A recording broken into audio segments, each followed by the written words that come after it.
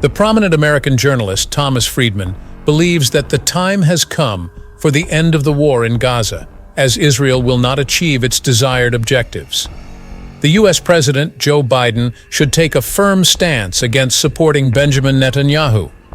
Friedman emphasizes in his recent article in the New York Times that the U.S. government must firmly tell Israel that its war to eliminate Hamas will not achieve its objectives. He underscores that the Biden administration should instruct Israel to declare victory in Gaza, then end the war and return to normalcy. Friedman mentions that Prime Minister Benjamin Netanyahu prioritizes his electoral needs over the interests of Israelis.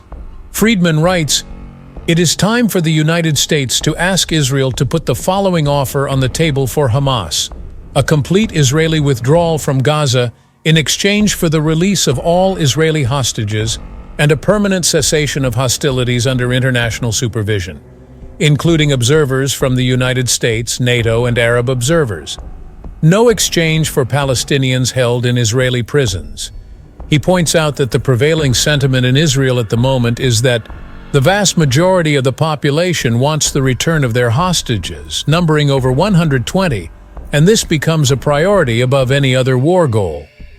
Friedman writes, "The hostage issue drives Israelis crazy and makes it impossible to make rational military decisions there." He adds, "Hamas, as a military organization, deserves punishment and strikes, and it has been significantly weakened. However, this huge toll of deaths, injuries, and displaced civilians in Gaza has led to a humanitarian catastrophe." Friedman asserts that the best solution for Israel at this moment is to exit the war and leave the Gaza Strip, as the war is beneficial for Hamas leaders.